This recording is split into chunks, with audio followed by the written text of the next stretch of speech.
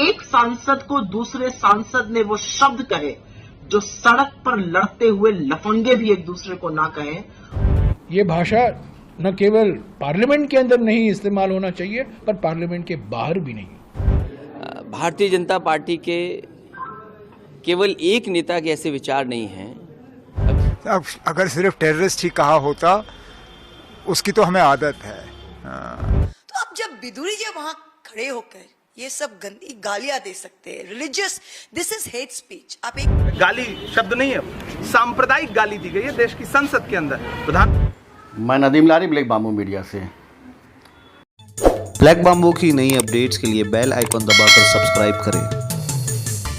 21 सितंबर 2023 को देश के पार्लियामेंट में चंद्रयान 3 की कामयाबी पर बोलते हुए जिस तरह से भारतीय जनता पार्टी के सांसद रमेश बिधूड़ी ने कुंवर दानिश अली के ऊपर अभद्र भाषा का इस्तेमाल करते हुए एक विशेष समुदाय को टारगेट किया है, उसको लेकर के मुल्क में हर तरफ एक गुस्से का माहौल है। सियासी हलचल तो बहरहाल मच ही गई है, जिसमें तरह तरह से सियासी नेताओं के बयान आ रहे हैं। अपोजिशन एकदम भड़का हुआ है भारतीय जनता पार्टी की इस हुकूमत के ऊपर कि किस तरह से एक मेंबर ऑफ पार्लियामेंट दूसरे मेंबर ऑफ पार्लियामेंट के लिए पार्लियामेंट हाउस में अभद्र भाषा का इस्तेमाल करता है और उस पर किसी भी तरह से कोई कार्रवाई नहीं की जाती है, सिर्फ एक हल्की सी चेतावनी दे करके छोड़ दिया जाता है। ऐसे तो एक ये रीत बन जाएगी, एक रिवाज बन जाएगा कि एक गलती आदमी करेगा, उसके बाद उसको स्पीकर के द्वारा एक चेतावनी दी जाएगी कि आगे से अगर आपने ये गलती किया तो आपको माफ़ नहीं किया जाएगा। इसी तरह से रमेश बिधूरी को भी स्पीकर द्वारा एक चेतावनी दी गई है कि आगे से अगर आपका ये रवैया रहा, ऐसी भाषा आपने इस्तेमाल किया तो आपके खिलाफ़ कार्रवाई होगी। इस पूरे मामले में अपोजिशन ने जिस तरह से एक मोर्चा खोल रखा है, वो अपने आप में अपोजिशन के यूनिटी की एक मिसाल है। बता दें कि कुंवर दानिश अली बहुजन समाज पार्टी के ही अमरोहा से सांसद है और बहुजन समाज पार्टी की सुप्रीमो मायावती ने इस पर जो रवैया अपना रखा है, जो उन्होंने ट्वीट किया है, उस ट्वीट को देखते हुए ये अंदाज़ा लग रहा है कि इसमें किसी भी तरह से मायावती की कोई दिलचस्पी नहीं है या उनको अपने एमपी खिलाफ इस तरह की भाषा का इस्तेमाल करने से किसी भी तरह से कोई ज़्यादा गुस्सा नहीं है। इस पूरे मामले को लेकर के रातों रात कांग्रेस के राहुल गांधी ने कुंवर दानिश अली से मुलाकात किया, उनसे उन्होंने बातें की, उनकी हिम्मत बधाई। हम आपको दिखाएंगे कि दानिश अली ने राहुल गांधी की मुलाकात के बाद क्या कहा, तो वहीं हम आपको दिखाएंगे कि इस पूरे मामले में किस तरह से कांग्रेस की सुप्रिया श्रीनाथे, जयराम रमेश, समाजवादी पार्टी के सुप्रीमो अखिलेश यादव, जम्मू कश्मीर के ex chief minister Omar Abdullah, Congress party के एमपी इमरान प्रतापगढ़ी और तृणमूल कांग्रेस पार्टी की महुआ मोइत्रा ने इस पूरे मामले में क्या कहा है, हम आपको इस वीडियो में दिखाएंगे। क्या है ये पूरा मामला, क्या कहा इसमें अपोजिशन ने, पेश है आपके सामने वीडियो। ऐसी तमाम खबर जानकारी के लिए हमारा channel black bamboo media subscribe करें, वीडियो को लाइक और शेयर करें। भाजपा सांसद रमेश बिधूड़ी ने बसपा के सांसद दानिश अली जी को जो शब्द संसद की कार्यवाही के दौरान कहे, वो सुनकर आप चौंक जाएंगे। उग्रवादी और आतंकवादी तो उसमें शायद सबसे शालीन शब्द था। उनको मुल्ला, भड़वा, कटुआ ऐसे शब्दों से संबोधित किया गया और ये बिल्कुल साफ था कि ये शब्द सिर्फ दानिश अली को नहीं, उस पूरे समुदाय के आधार पर कहे जा रहे थे जहां से वो आते हैं। दो आपत्तिजनक बातें थी। जब रमेश बिधूड़ी ये सब बोल रहे थे तो उनके साथ रविशंकर प्रसाद और डॉक्टर हर्षवर्धन ऐसे अट्टहास लगा रहे थे मानो क्या गजब का चुटकुला सुनाया हो रमेश बिधूड़ी ने। और दूसरी बड़ी आपत्ति यह है कि एक सांसद को दूसरे सांसद ने वो शब्द कहे जो सड़क पर लड़ते हुए लफंगे भी एक दूसरे को ना कहें, और सभापति महोदय ने, लोकसभा के स्पीकर ने सिर्फ चेतावनी देकर छोड़ दिया। निलंबन का इससे ज्यादा बेहतर और बड़ा दूसरा कोई कारण नहीं हो सकता है ओम बिरला जी। ये तो अग्नि परीक्षा आपकी भी है कि आप कितने वफादार हैं उस कुर्सी के लिए जिस पर आप बैठकर सदन का संचालन करते हैं। आप सदन के सभापति हैं, नजीर बनाइए और ऐसे व्यक्ति को हेट स्पीच बोलने के लिए निकाल बाहर करिए सदन से। बहुत आक्रोश मचा, लोग बहुत परेशान हुए इस बात को सुनकर और होना लाजमी भी था। कभी नहीं सोचा था कि जो आरएसएस की पुड़िया व्हाट्सएप पर और उनके दफ्तरों में, उनकी शाखाओं में, भाजपा के ऑफिसेज में, भाजपा के नेताओं के घरों पर, उनके दफ्तरों पर होती है, कुछ कुछ टीवी चैनलों पर भी पहुंच गई है, वो भारत के सदन तक पहुंच जाएगी। लेकिन हां, ये नफरत वहां तक पहुंच चुकी है। आरएसएस की फैलाई हुई आग आज भारत के सदन में दहक रही है। तो खैर, लोग अचंभित हुए, मुझे रंच मात्र भी अचंभा नहीं हुआ, क्योंकि ये तो चीजें लोगों ने मोदी जी से सीखी है। जिस देश का प्रधानमंत्री कपड़ों से लोगों को पहचान ले, जिस देश का प्रधानमंत्री ये बोले शमशान कब्रिस्तान, जिस देश का प्रधानमंत्री चुनी हुई सांसद को, एक पार्टी की अध्यक्षा को कांग्रेस की विधवा बताए, एक मां को जर्सी गाय बता दे, उसी से तो ये शब्द सीखे जाएंगे। और मोदी जी ने अच्छी ट्रेनिंग करी है, इसलिए जिनको लगता है कि बिधूड़ी के खिलाफ कार्रवाई होगी, लिख कर ले लीजिए, बिधूड़ी का प्रमोशन होगा, पदोन्नति होगी। याद है ना अनुराग गोली मारो ठाकुर ने कैसे नारे लगवाए थे और उसके बाद उनको कैबिनेट मंत्री बना दिया गया था। तो रमेश बिधूड़ू को भी समझ में आ गया कि भैया मंत्री बनना है तो इस तरह की गलीच बातें करनी पड़ेंगी, और देखिएगा मोदी जी प्रमोशन जरूर करेंगे। तो आज की उम्मीद किससे लगाई जाए? दानिश अली का परेशान होना लाजमी था। उन्होंने कहा वो रात भर सो नहीं पाए, उनकी दिमाग की नस मानो फट जाएगी। ने कहा है दानिश अली जी के बारे में, वो अत्यंत निंदनीय है, इसकी कितनी भी निंदा की जाए वो कम होगी।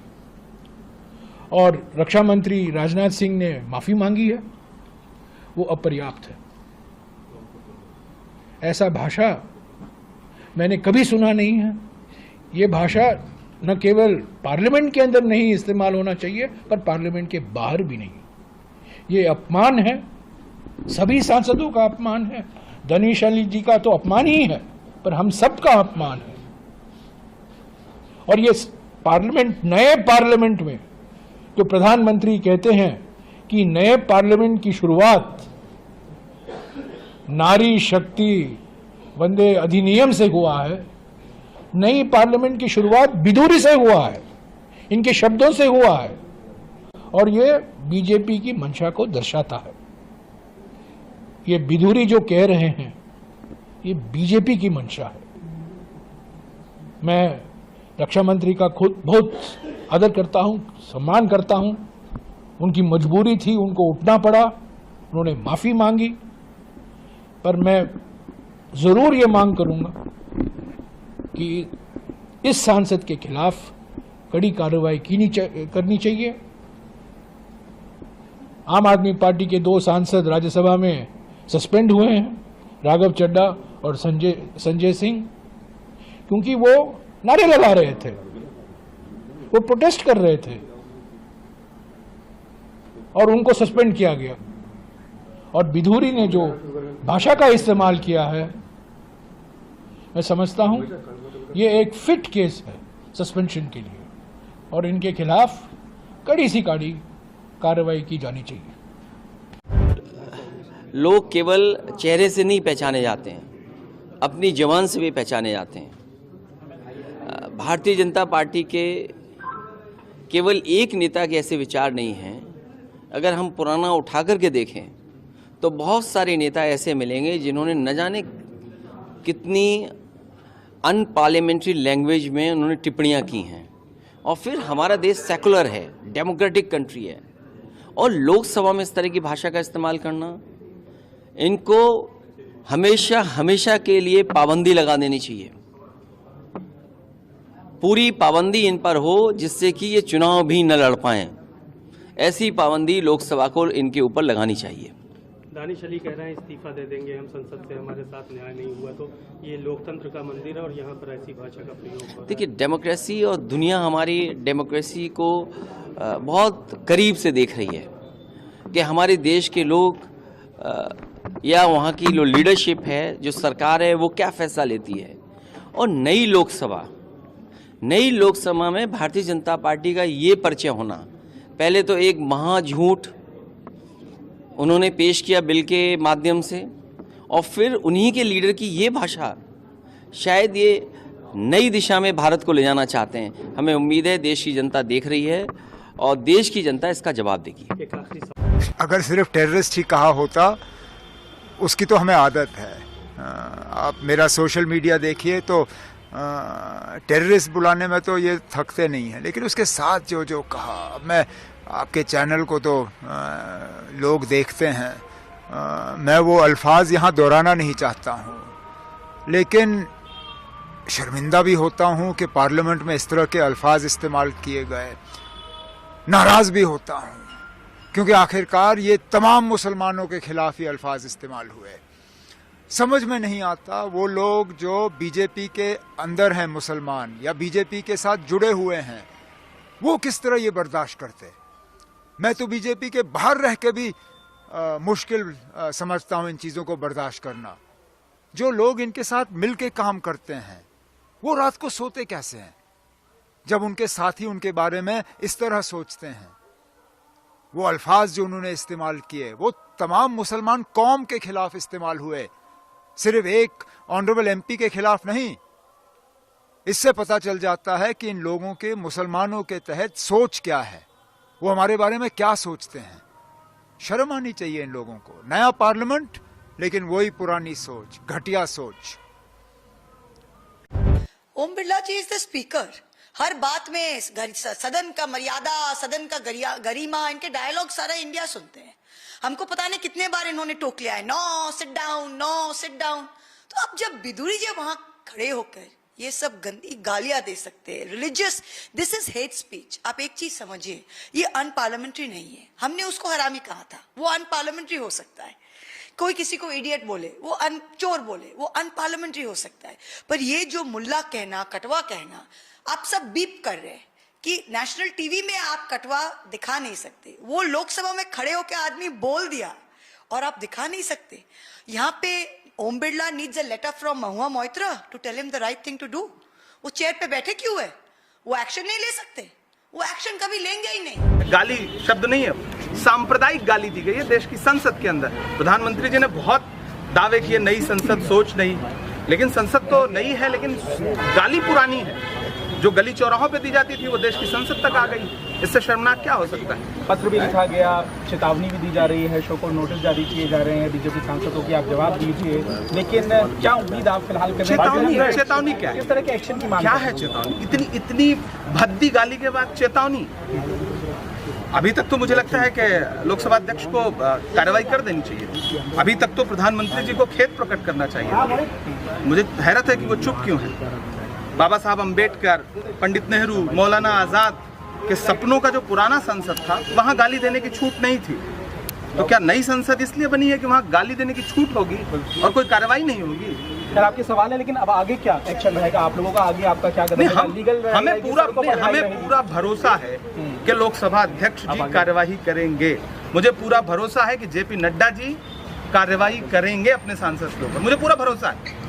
भरोसा टूटेगा तब तो आप अगले कदम की बात करें ना। मुझे पूरा भरोसा है कि लोकसभा अध्यक्ष ऐसा पद है कि वो कार्रवाई जरूर करेंगे। राहुल जी कल सदन में नहीं थे, मेरा तो मोबाइल भी बंद था, मेरी किसी से बात नहीं।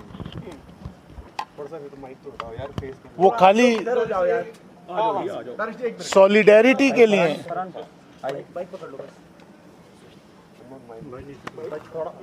मेरा हौसला बुलंद करने के लिए वो यहाँ आए कि अपने आप को अकेला मत समझिए। इस देश के का हर वो व्यक्ति जो देश के लोकतंत्र में विश्वास रखता है वो आपके साथ खड़ा है। मुझे इस बात का थोड़ा रिलीफ मिला है कि मैं अकेला नहीं खड़ा, कि पूरा विपक्ष की सॉलिडेरिटी मेरे साथ है और मैं अकेला नहीं हूँ। वो जो हमला है वो मेरे ऊपर अकेले के ऊपर नहीं है, वो खाली दानिश अली के ऊपर वो हमला नहीं, वो हमला इस लोकतंत्र पे है, वो हमला संविधान पे है, वो हमला